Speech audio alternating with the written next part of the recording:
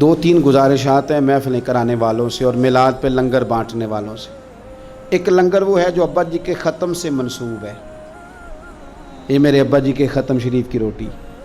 ایک لنگر وہ ہے بزرگوں کے ختم سے منسوب ہے، ایک وہ ہے جو بیٹے کے عقیقے سے منسوب ہے، ایک بیٹے کے ولیمے سے منسوب ہے، ایک لنگر حضور کے میلاد سے منسوب ہے۔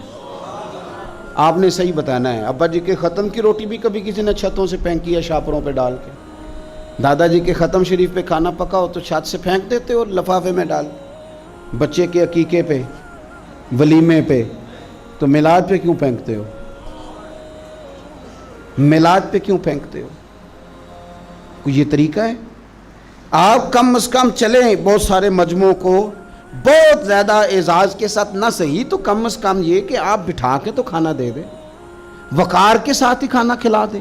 اور میں اپیل کروں گا محفل کرانے والوں سے، اور مجھے امید ہے خطیب، مشائخ، نعت خواں، قاری، یہ سارے حضرات بھی میری بات سے اتفاق کریں گے، میلاد شریف پہ نہ سب کی روٹی ایک جیسی پکا لی جائے، جو غریب کھائے وہی پیر کھائے، جو عام کھائے وہی نعت خواں کھائے، جو سارے کھائیں وہی پیر صاحب، صوفی صاحب، درویش صاحب، خطیب صاحب، مہمان خصوصی صاحب بھی کھائیں۔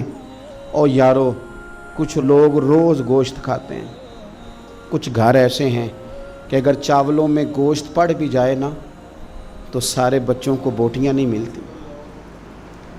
ان گھروں میں بچے نا گوشت کے لیے لڑتے ہیں کہ میں نے بوٹی کھانی یا میں نے بوٹی کھانی، اور باپ پریشان، غریب، کمزور دور بیٹھ کے دیکھتا ہے کہ میری جیب میں زیادہ پیسے ہوتے تو میں زیادہ گوشت لاتا۔